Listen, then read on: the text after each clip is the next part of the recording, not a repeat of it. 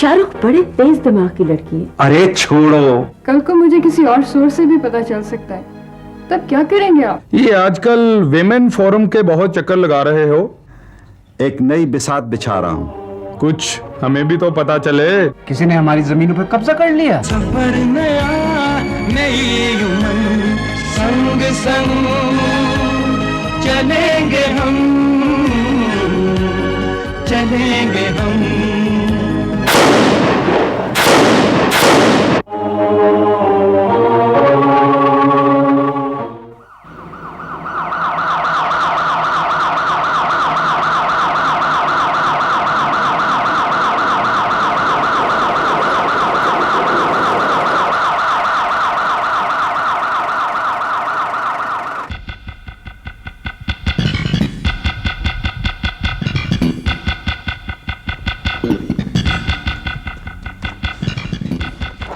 Function को सबूताज करने वाले कौन लोग थे?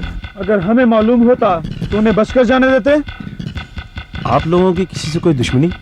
हमारी किसी से कोई दुश्मनी नहीं है। किसी पर शक शुबा तो होगा। सर ये केकेजे खामोश रहो। इंस्पेक्टर साहब, फिलहाल हम कोई अंदाजा कायम करने की पोजीशन में नहीं हैं। और ये केकेजे? हम इस नाम के किसी इंसान को नहीं जानते। ठीक है।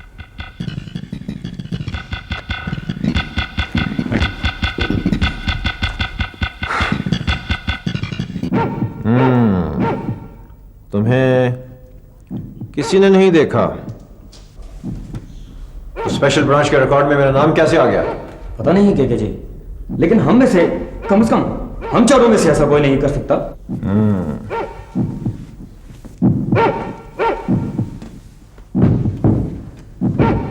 ये शहरी कौन है? उसने इंस्पेक्टर जोरा के सामने मेरा नाम लिया। कौन है ये शहरी? सर ये वही लड़का है जिसकी वजह से हमें कॉलेज से निकाला गया था।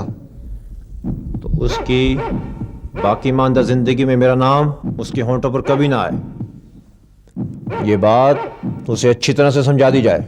आप बिल्कुल फिक्र ना करें केकेजे, वही होगा जिस तरह आपने कहा है। हाँ। सिगरेट छोड़ दें आप।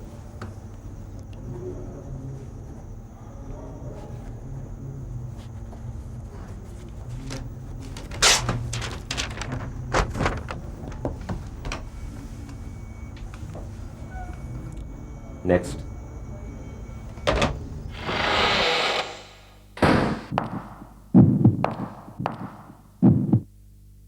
जी फरमाइए। फरमाना शर्माना कुछ नहीं डॉक्टर।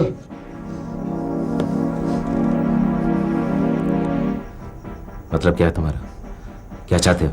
मैंने क्या चाहना है डॉक्टर? मेरा बॉस चाहता है कि तुम्हारे बेटे की जुबान पर दोबारा उसका नाम कभी ना आए, वरना।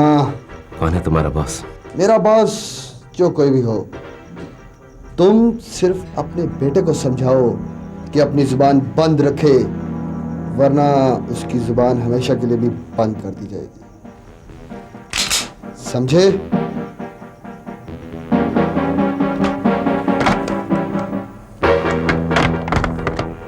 समझदार आदमी लगे।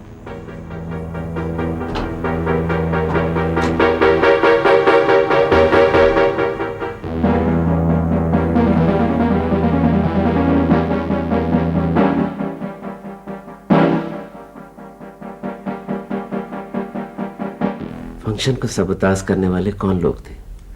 हम उनके बारे में कुछ नहीं जानते पापा। आपने पुलिस में किसी पर शुबे का इजहार किया? नहीं तो, लेकिन ये सब आपको कैसे मालूम हुआ? मुझे किसी नामालूम शख्स की तरफ से फोन पर धमकी मौसूल हुई है। मैंने पुलिस में रिपोर्ट दर्ज करा दी है, लेकिन बेटा अब आपको भी मोहतात रहना होगा। लेकिन किससे पापा? ये तो मुझे भी मालूम नहीं। देखो बेटा, आप हमारी तन्हा औलाद हो। हमें तो हर घड़ी बस अब आपका ही धड़का लगा रहता है। शेरी, हम किसी तरह भी तुम्हें खतरे की तरफ जाने की इजाजत नहीं दे सकते बेटा। ओ मामा, अब मैं बुर्का पहन के घर में तो नहीं बैठ सकता ना। जो कुछ भी होगा मैं फेस करने के लिए तैयार हूं। शेरी बाबा, ये इतनी आसान बात नहीं है। मेरे लिए अब ये इतनी मुश्किल बात भी नहीं है। बेटी, हम एक अजीब खौफ की सी फजा में सांस ले रहे हैं। एक तरफ मेरी जमीनों पर कब्जा होता है तो दूसरी तरफ तुम्हारा फंक्शन नाकाम बनाया जाता है। कहीं ऐसा तो नहीं कोई एक ग्रोह मुख्तलिफ नौइयत की सरगर्मी में मुलव्विस हो रहा है? मुमकिन है भी और नहीं भी। मेरा ख्याल ये दो अलग अलग ग्रुप्स हैं। नहीं बेटे, ये दोनों वाकयात एक ही तारीख में रूनुमा होते हैं। इसे महज हुस्न इत्तफाक नहीं कहा जा सकता। आप ठीक कहते हैं अबू, मगर सबसे पहले आप ये पता करवाइए कि आपकी मॉडल सिटी वाली जमीन पर कब्जा किस ग्रुप ने करवाया, और यूं हम असली मुजरिम तक पहुंच सकते हैं। यही तो मुश्किल है बेटे। दरअसल जमीनों पर कब्जे की वारदात बहुत गुंजलक तरीके से की जाती है। बीच में बहुत से नाम होते हैं और आखिर में अच्छा खैर, देखो क्या होता। ये वहां है जहां से इनको भी कुछ इनकी खबर नहीं आती। बैठिए आप आराम से प्लीज। हाँ शादी, ये शहरी को मिलने वाला जो थ्रेट है ना, ये सिर्फ इसकी जात से ताल्लुक नहीं रखता। हो ना, ये थ्रेट उसे शहबाज क्लब ज्वाइन करने की वजह से मिला। शहबाज? अच्छा अच्छा, शाहीन अंकल, ये शहबाज क्लब वाले कौन लोग हैं? मुन्ने भाई, तुम्हारा इसमें कोई अमल दखल नहीं होना चाहिए। जाओ अपना काम करो। कमाल है आंटी, कैसे अमल दखल नहीं होना चाहिए? शहरी भैया को थ्रेट मिला है और मेरा अमल दखल ही नहीं। आंटी, बहुत दम खम है मेरे बाजुओं में। एक बार मेरे सामने कोई आके तो देखे। और पता है क्या, एक दफा ऐसा हुआ। मुन्ने भाई प्लीज।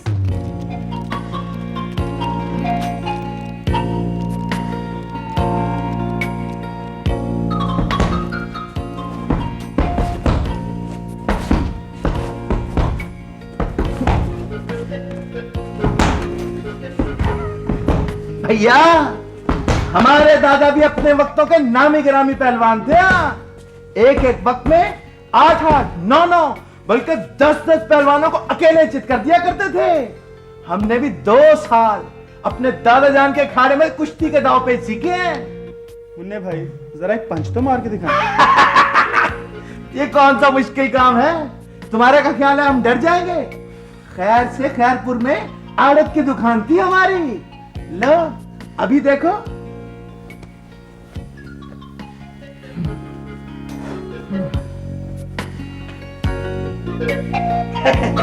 टूट जाएगा। पंच कीजिए।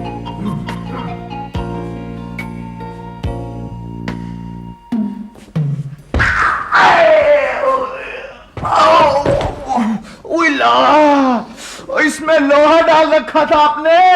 मुन्ने भाई, इधर आके आराम से बैठ जाएं, चोट लग जाएगी आपको। खामखा चोट लग जाएगी। हाँ, शहरी भैया की हिफाजत के लिए आया हूं मैं, इसलिए आपके पास आ गया, वरना आप लोगों का लेवल ही नहीं है। मुन्ने भाई जो कहते हैं खूब कहते हैं। हाँ, आंटी और अंकल शहरी भैया की वजह से बहुत परेशान थे। मैंने कहा फिक्र ही ना करे, मैं करूंगा उसकी हिफाजत। उसे थ्रेट मिला है ना। थ्रेट? थ्रेट किसकी तरफ से? लो, अब अंकल और आंटी हर बात मुझे थोड़ी बताती हैं। वैसे कह रहे थे थ्रेट आप लोगों की वजह से मिला है। सर, ये कौन लोग हो सकते हैं?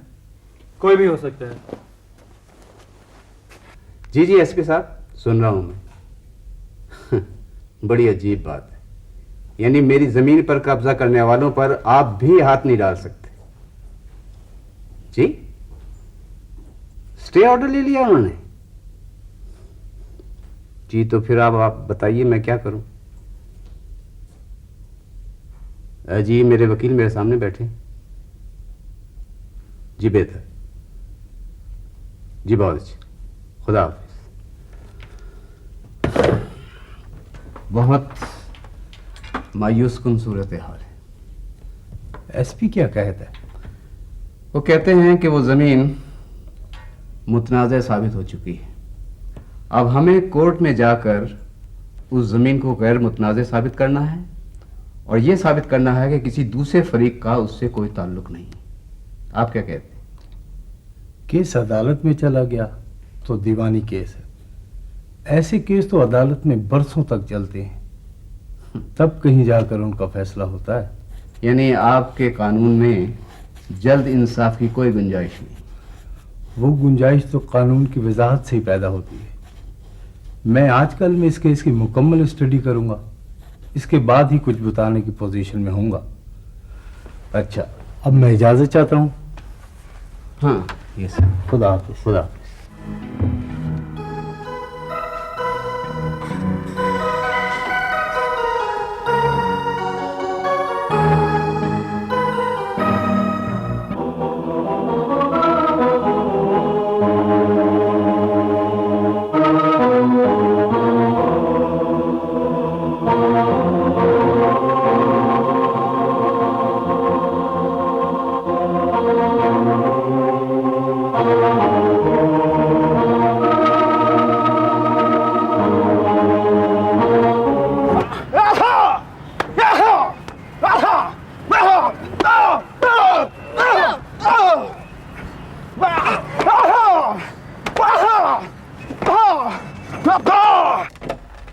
भाई महमूद, 2 अदद कॉफी बना के भेजो। जी खान साहब, आप कुछ कह रहे थे?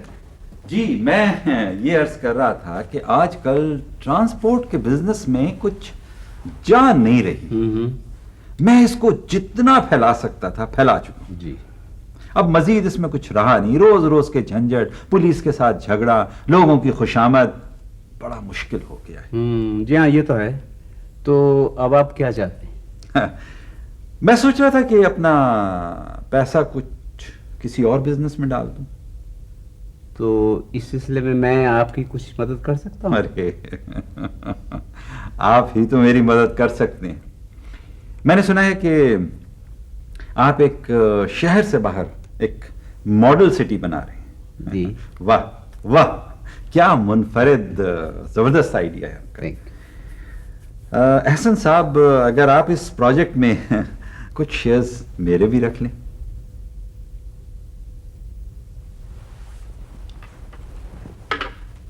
खबर खान साहब, ये प्रोजेक्ट मेरा ख्वाब है और मैं अपने ख्वाब किसी के साथ शेयर करना पसंद नहीं करता। अरे नहीं नहीं नहीं नहीं, मैं आपके ख्वाब शेयर करने की बात नहीं कर रहा। देखिए, ये प्रोजेक्ट जो है ना, ये एक कॉन्क्रीट प्रोजेक्ट भी तो है ना, और इतना बड़ा प्रोजेक्ट तने तनहा किसी आदमी के लिए कंप्लीट करना काफी मुश्किल है। मुमकिन है आपका फरमाना बजा हो, लेकिन वैसे भी इस प्रोजेक्ट पे काम बंद पड़ा है। काम बंद पड़ा है? ये आप क्या कह रहे हैं? जी हाँ, किसी शरीफ आदमी ने मेरी जमीन पर कब्जा किया हुआ है और स्टे ऑर्डर लेकर काम बंद करवा दिया। कैसी बातें करते हैं आप? ये 1993 है, 20वीं सदी खत्म होने वाली है। क्या कोई जंगल का कानून है कि कोई भी आदमी आपकी जमीन पर कब्जा कर ले? अरे साहब, मैं आपकी जमीन का कब्जा महीनों में नहीं दिनों में आपको दिलवा सकता हूं। और हाँ साहब, आप कैसे कब्जा छुड़वा सकते हैं? आप नहीं जानते, वो बहुत खतरनाक लोग हैं, आदि मुजरिम हैं। 150 मुसल्ला आदमी हमेशा उनके साथ। बस बस बस, कैसी बातें करते हैं आप? मुझे गुस्सा मत दिलवाइए। इस किस्म के हजारों लफड़ों से मुझे रोज निपटना पड़ता है, और मेरे पास ऐसे आदमी मौजूद हैं जो आपकी जमीन का कब्जा महीनों में नहीं, दिनों में नहीं, घंटों में आपको दिलवा सकते हैं। खान साहब, आपका बहुत बहुत शुक्रिया, लेकिन मैं कोई खून खराबा नहीं चाहता। मैं कानून के जरिए अपनी जमीन का कब्जा छुड़वाना चाहता हूं। देखिए, जब बात उसूल की आ जाए तो मैं अपना जाती मफाद एक तरफ रख दिया करता हूं। कोई शख्स किसी शरीफ आदमी को डरा धमकाकर बदमाशी के जरिए कब्जा ले ले, यह मैं नहीं मानता। और जहां तक बात कानून की है, तो आप तो सारी जिंदगी अपनी जमीन का कब्जा वापस नहीं ले सकते, जबकि मैं आपकी जमीन का कब्जा महीनों में नहीं, घंटों में आपको दिलवा सकता हूं। देखिए, अब आप मजीद कुछ मत कहिएगा। अब आप ये बात मेरे ऊपर छोड़ दीजिए।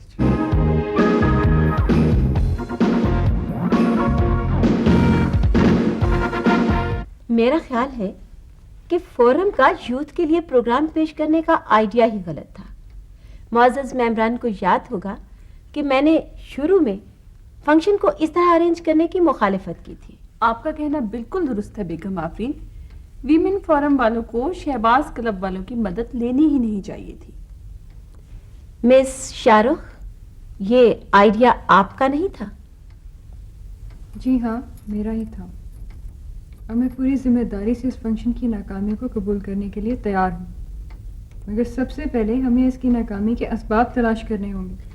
सीधी सी बात है बीबी, इस फंक्शन की नाकामी में शहबाज क्लब वालों का हाथ है और ये फंक्शन उनके किसी मुखालिफ ग्रुप ने सबोताज किया होगा। देखिए, अभी कुछ भी सामने नहीं आया, ये महज खदशात हैं।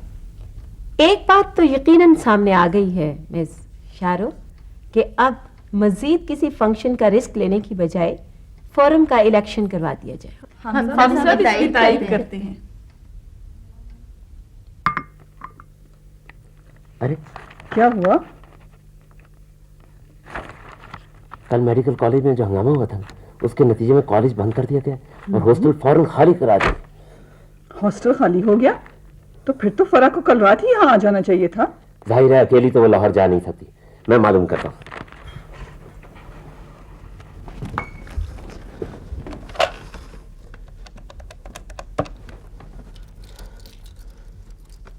Hello, girls hostel. देखिए, मैं फरा बेजाद का गार्डियन डॉक्टर अहमद नोमान बोल रहा हूँ। फरा घर नहीं पहुंची अभी तक। क्या कहा? किसी सहेली के साथ चली गई है, नाम नहीं मालूम।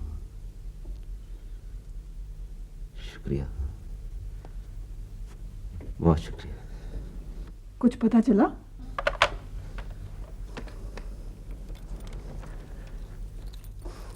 अपनी किसी सहेली के साथ चली गई है।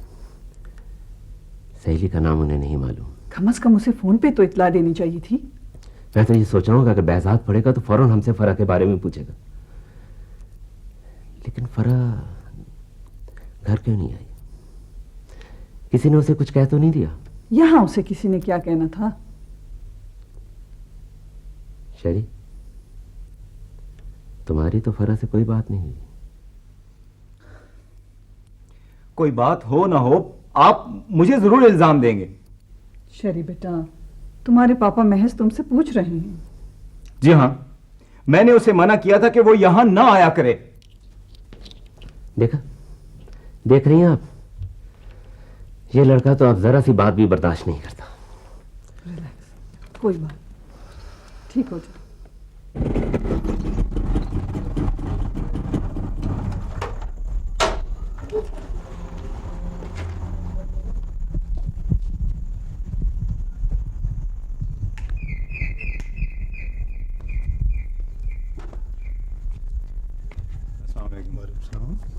ये फरा जी सहेली के यहाँ गई है, आप उसके बारे में कुछ बता सकते हैं? जनाब, हॉस्टल 1 घंटे के नोटिस पर खाली करवाया गया था। सब लड़कियां अफरा तफरी में जा रही थी। जनाब, अब मुझे क्या मालूम, फरा बीवी की सहेली के साथ गई है। अच्छा, शुक्रिया। कोई बात।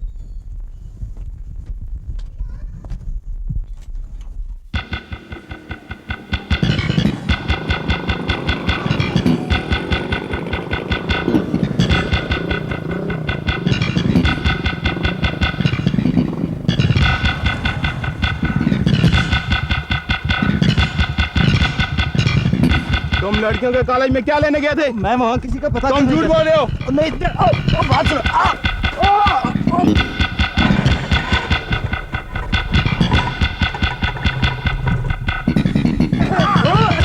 क्यों मारो उसे? तुम इसके मामे लगते हो।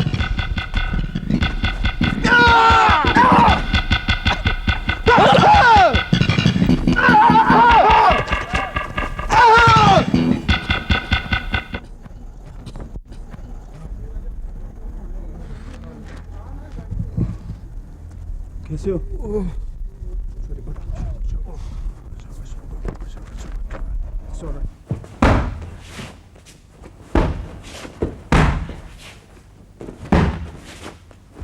गांधी साहब होंगे?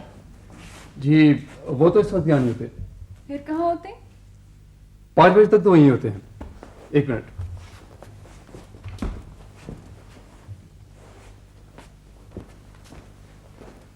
5 बजे के बाद इस पते पर।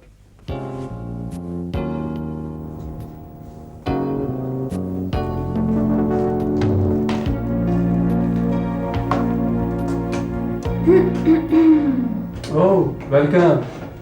तुम यहाँ कैसे? तुम यहाँ कैसे? जैसे देख रही हो। बैठो। ये मुलाजमत छुपाने की क्या जरूरत थी? मुलाजमत नहीं जनाब, ये मेरी अपनी फर्म है। तुमने अगर कभी एडवर्ट बनवाना हो तुमने तो बता देना। तुमने पहले क्यों नहीं बताया? तुमने पूछा? कब से? तकरीबन 6 माह हो गए हैं। खैर छोड़ो इन बातों को। तुम सुनाओ, तुम कैसी हो? कुछ परेशान लग रही हो। हाँ, तुमसे एक मशवरा लेने आई थी। कहो। विमेन फोरम में इलेक्शंस हो रहे हैं और फंक्शन के फ्लॉप होने के बाद मेरी पोजीशन बहुत कमज़ोर है। तुम तो हार जाओ तो अच्छा है, कम से कम मेरे लिए कुछ वक्त तो निकाल सकोगी। ये खींच के मारूंगी। अच्छा, तुम यूं करो कि सबसे पहले तो अपने आप में ये फैसला करो कि तुमने इलेक्शन जीतना है। उसके बाद तुम मेंबर से अलग अलग बात करो। Good idea. चलती हूँ। चाय कॉफी तो ना पूछने का रिवाज है यहाँ। तुम चाय कॉफी पीती हो? देख लूंगी तुम्हें। खबर खान साहब, आपने मेरी जमीन का कब्जा दिलवाकर मुझे ममनून एहसान कर दिया। कैसी बातें करते हैं एहसन साहब? हकदार का हक उसे मिलना चाहिए, यही मेरा उसूल है। यानी जो काम सालों में होना था वो आपने दिनों में कर दिखाया। देखिए, शराफत बहुत अच्छी चीज है, लेकिन शराफत की हिफाजत भी सिर्फ और सिर्फ ताकत से हो सकती है। चलिए, अब आपका ख्वाब शर्मिंदा ताबीर हो सकेगा। अब मुझे इजाजत दीजिए। Thank you. अरे खान साहब, अब आप मुझे इतना भी कमजोर न समझिए। दरअसल उस दिन आपको समझने में मुझसे गलती हो गई। आप जैसे आली ज़र्फ इंसान को अपना पार्टनर बनाकर मैं फख्र महसूस करूंगा। एहसन साहब, मैंने आपका काम किसी लालच के तहत नहीं किया। मालूम होता है उस दिन वाला गुस्सा उतरा नहीं। साहब, मैं दिली तौर पर चाहूंगा कि मैं और आप मिलकर काम करें। देखिए, अब आप कुछ बोलिएगा नहीं। आप मेरे बुजुर्ग हैं, इसलिए काबिले एहतराम हैं। चलिए, अब आपका हुक्म है तो मैं हाजिर हूँ। राइट, तो फिर कल ही मेरा वकील आपके वकील से मिलकर मामला तय कर ले। अरे मामलात क्या तय करने जनाब? बस हमें तो सिर्फ आपका साया शफकत ही चाहिए। नवाजिश।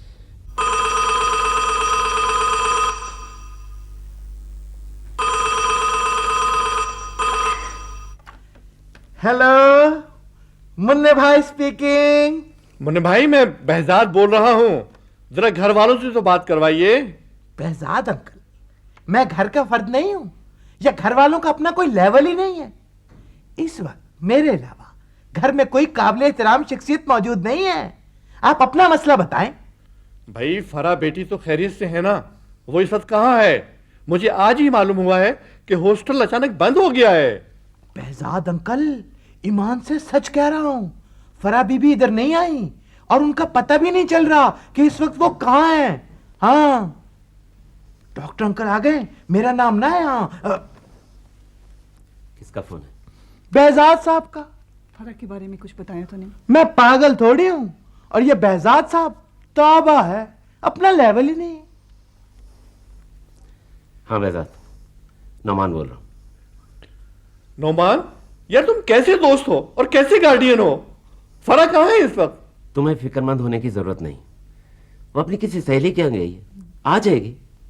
मैं पूछता हूँ किस सहेली के यहाँ गई है? यार कहा है ना वो खैरियत से है, तुम क्यों परेशान होते हो?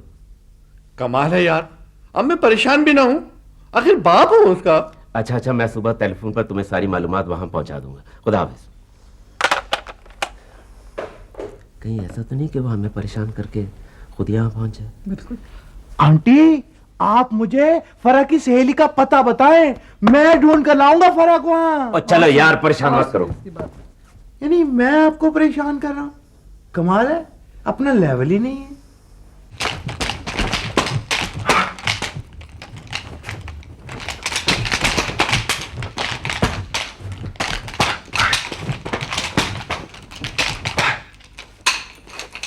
सर अब वो शहरी की तरफ आंख उठाकर भी नहीं देखेंगे। बेटा ठीक ठाक पिटाई की है तुमने। वो तो भाग गए, वरना हॉस्पिटल जाकर उनकी तीमारदारी भी हमें ही करना पड़ती। किसी को गहरी चोट तो नहीं लगी? सर अब आपसे सीखा है, बैलेंस करना तो आता ही है। अस्सलाम वालेकुम। वालेकुम सलाम। जी फरमाइए, आज कैसे जहमत उठाई आपने? यहाँ से गुजरे से सोचा आपका क्लब ही देखते जाएं।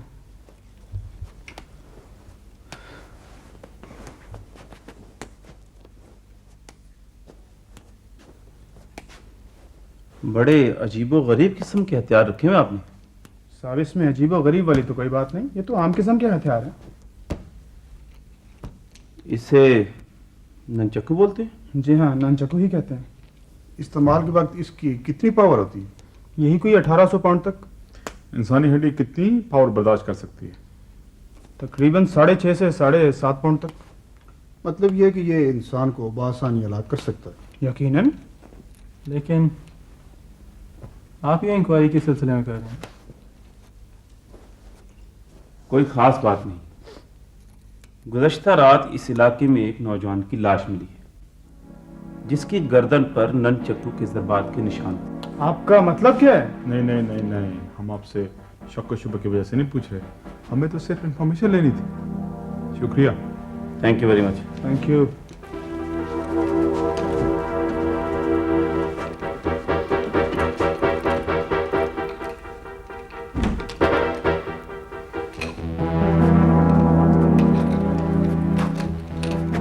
तुम्हें यकीन है तुम उस दिन खाली आते? सर रूफी आपसे कभी झूठ बोल सकता है?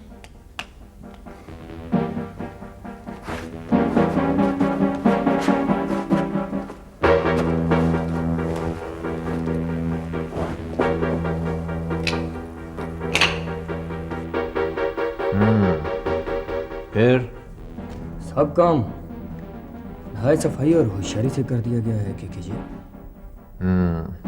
ना ही अलग कत्ल जाहिर हो सकता है और ना कातिल।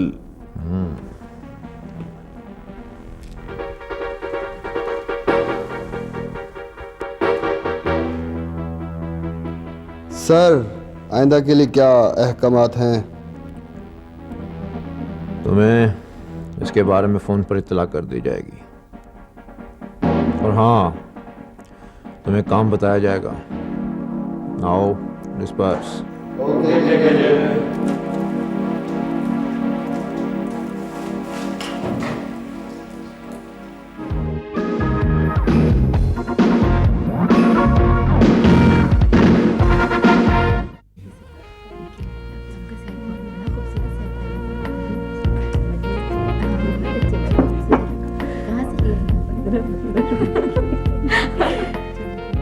बेगम तस्नीम, आप तो कुछ ले ही नहीं रही है।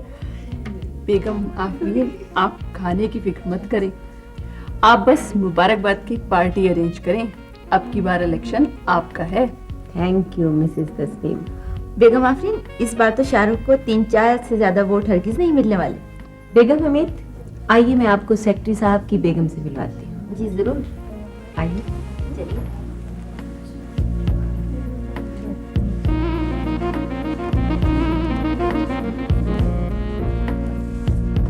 ये है बेगम फव्वाद की बहन। बड़ी खुशी हुई आपसे मिलकर। और ये है बेगम हमीद। बड़ी खुशी हुई आपसे मिलकर।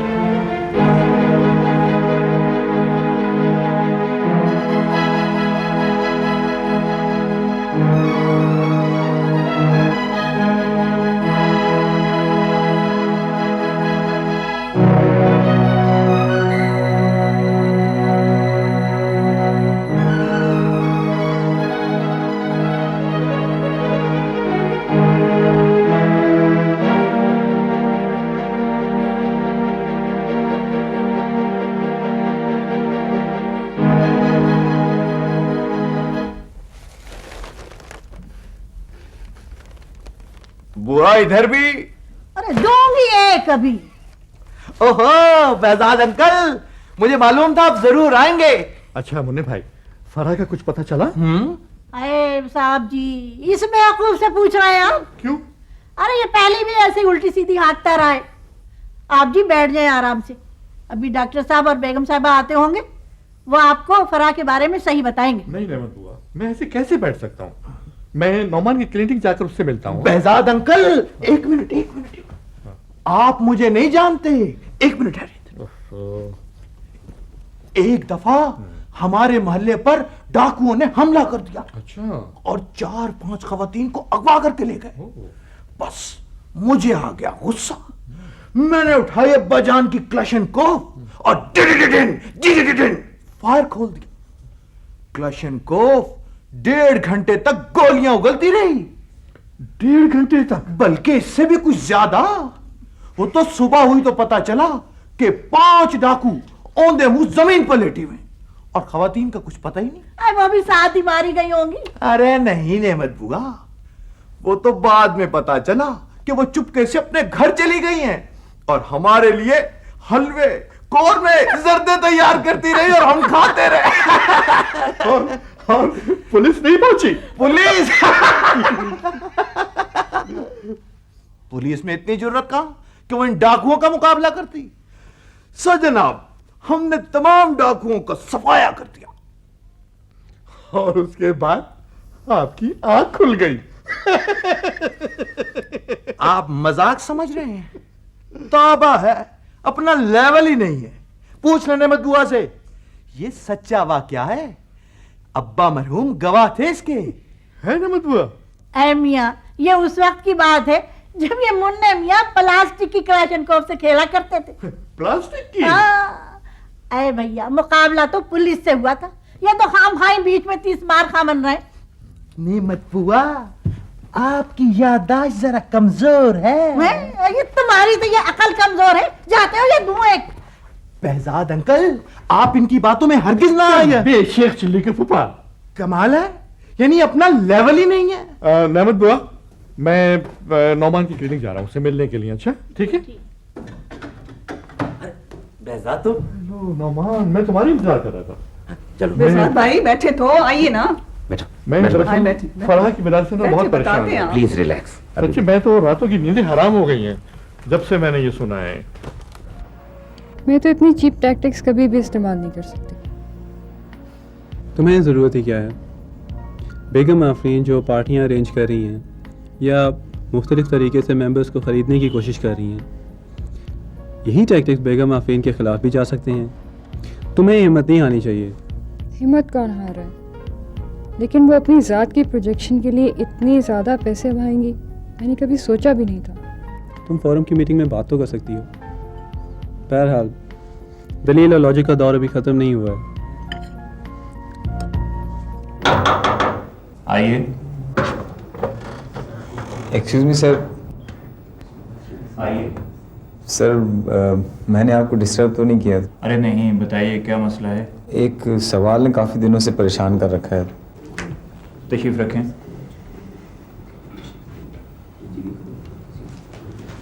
Now you go ahead. Sir उस दिन आपने क्लास में फ़िक्र की अहमियत पर लेक्चर दिया था।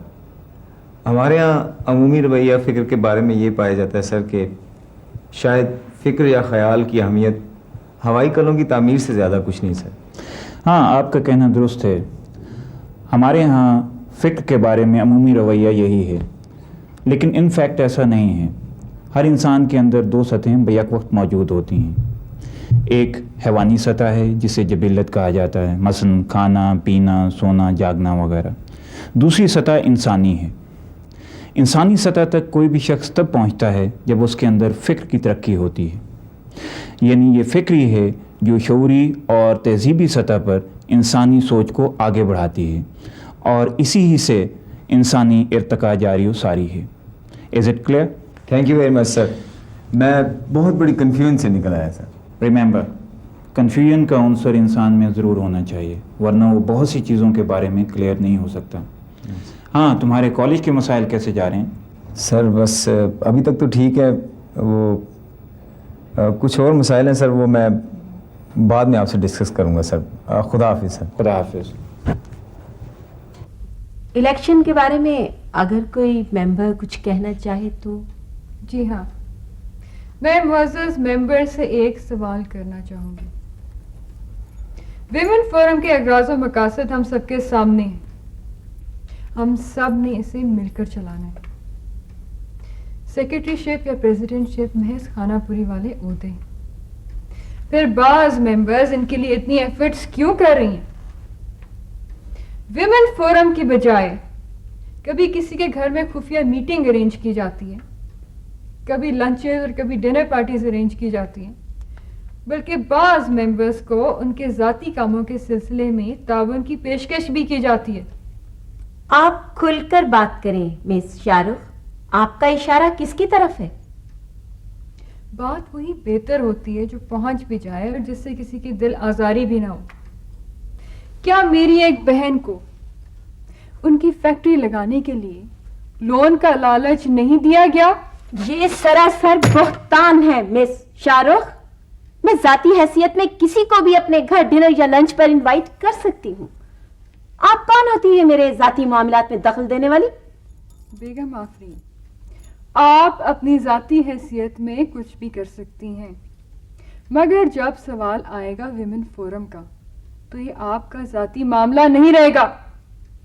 क्या आपने बेगम तस्नीम को इनकी शौहर की फैक्ट्री लगवाने के लिए लोन का लालच नहीं दिया? क्या इलेक्शंस इसी तरह किए जाते हैं? क्या यही जमहूरियत है? बेगम तस्नीम मेरी फ्रेंड है, उनकी मदद करना मेरा अखलाकी फर्ज है। माफ कीजिएगा बेगम आफरीन, मुझे नहीं मालूम था कि आप अपनी जाती अना की तस्कीन के लिए यूं दूसरों के नाम के इश्तहार जगह जगह लगाती फिरेंगी। मुझे आपकी मदद की कोई जरूरत नहीं है। मैं अपनी दोस्तों के साथ मीटिंग से वॉकआउट करती हूँ।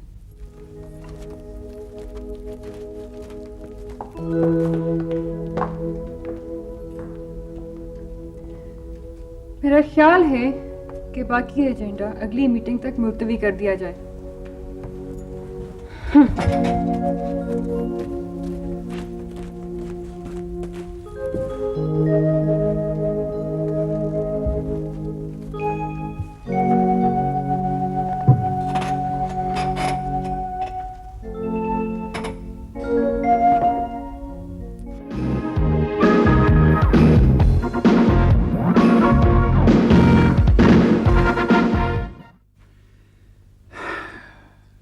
तुम भी बिल्कुल अहमक हो भाई। अपना सारा इलेक्शन तुम उस शाहरुख के हाथ में दिए। इस मीटिंग के बाद कौन वोट देगा तुम्हें? तो मैं खामखा उसकी बातें बर्दाश्त करती रहती। क्या होगा अब? खावर प्लीज तुम ही कुछ करो ना।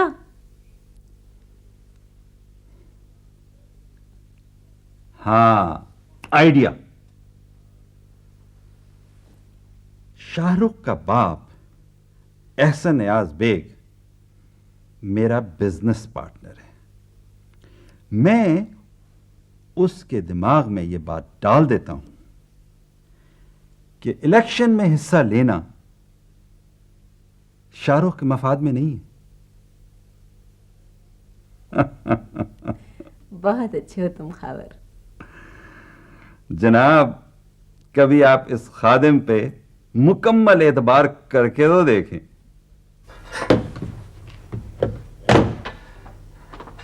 भाई साहब, आप कब आए? बस एक हफ्ता हो गया। इस दफ्तर में? नहीं, आपके शहर में आए हुए, बल्कि सेटल हुए एक हफ्ता हो चुका। मेरा ख्याल है कि अब पुराने हिसाब किताब के बारे में कुछ बातचीत हो जाए तो बेहतर रहेगा। हाँ, बातचीत हो जानी चाहिए। बात यह है कि आज मैं ज़रा कुछ मसरूफ़ हूँ। ऐसा करते हैं, तुम अपने घर का एड्रेस मुझे समझा दो, मैं वहाँ आ जाऊँगा, बात कर लेंगे। अच्छा है, भाभी और मोहसिन से भी मुलाकात हो जाएगी। क्यों, हमें अपने घर नहीं बुलवाओगे?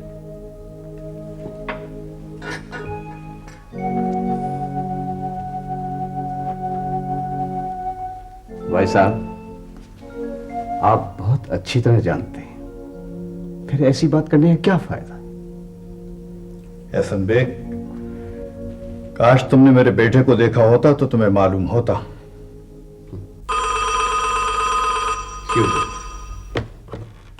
हेलो, हाँ हाँ जैन बाबर, हाँ बोल रहा हूँ। हाँ सब ठीक जा रहा है। हाँ तो ठीक है ना यार, जितने ऑर्डर है भिजवा दो तुम सारे, इसमें कबाहत क्या है। हाँ भिजवा दो भिजवा दो। आपको तो मुझसे बात करने की फुर्सत ही नहीं। Excuse me, 1 minute. भाई साहब आप बैठे तो सही। आपको तो ना यहाँ बात करने की फुर्सत है न घर पे बात करने की फुर्सत है। मेरा ख्याल है कि मैं अपनी बीवी और बेटे को लेकर आपके घर खुद हाजिर दूं तो बेहतर होगा।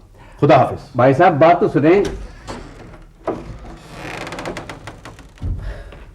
यार। जमील बाबर, एक जरूरी काम पड़ गया, मैं तुम्हें रिंग बैक करता हूं।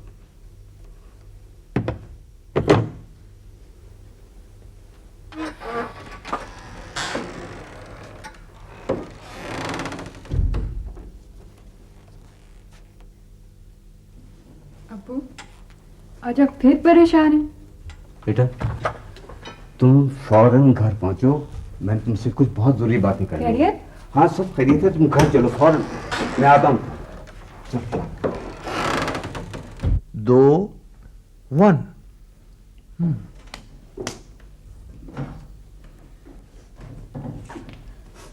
बाबा फरहा बेटे, तुम कहाँ चली गई थी? तुमने तो हमें बहुत परेशान किया। अपनी सहेली के घर पे हम ले आए। आओ बेटे आओ बैठो। आओ। आराम से बैठो। ना रहो, बिल्कुल नहीं रहो आप। फरा, तुम्हें यहाँ किसी से कोई शिकायत है?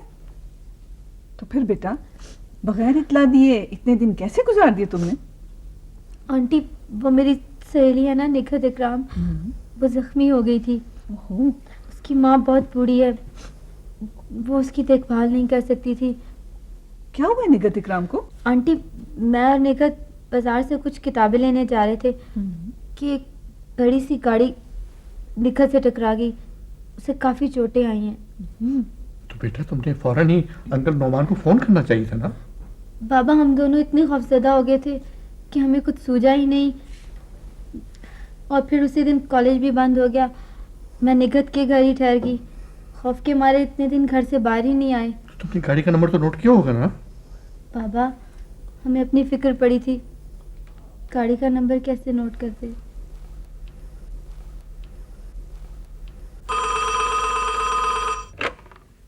हेलो। मुबारक हो। मैं कहता था ना कामयाब तुम ही होगी। ओह शुक्रिया दाऊदी। इस खुशी के मौके को किस तरह सेलिब्रेट किया जाए? अपने उस्ताद मोहतरम का फरमान है कि किसी भी कामयाबी या नाकामी पर अल्लाह ताला के हुजूर सदा शुक्र अदा करना चाहिए।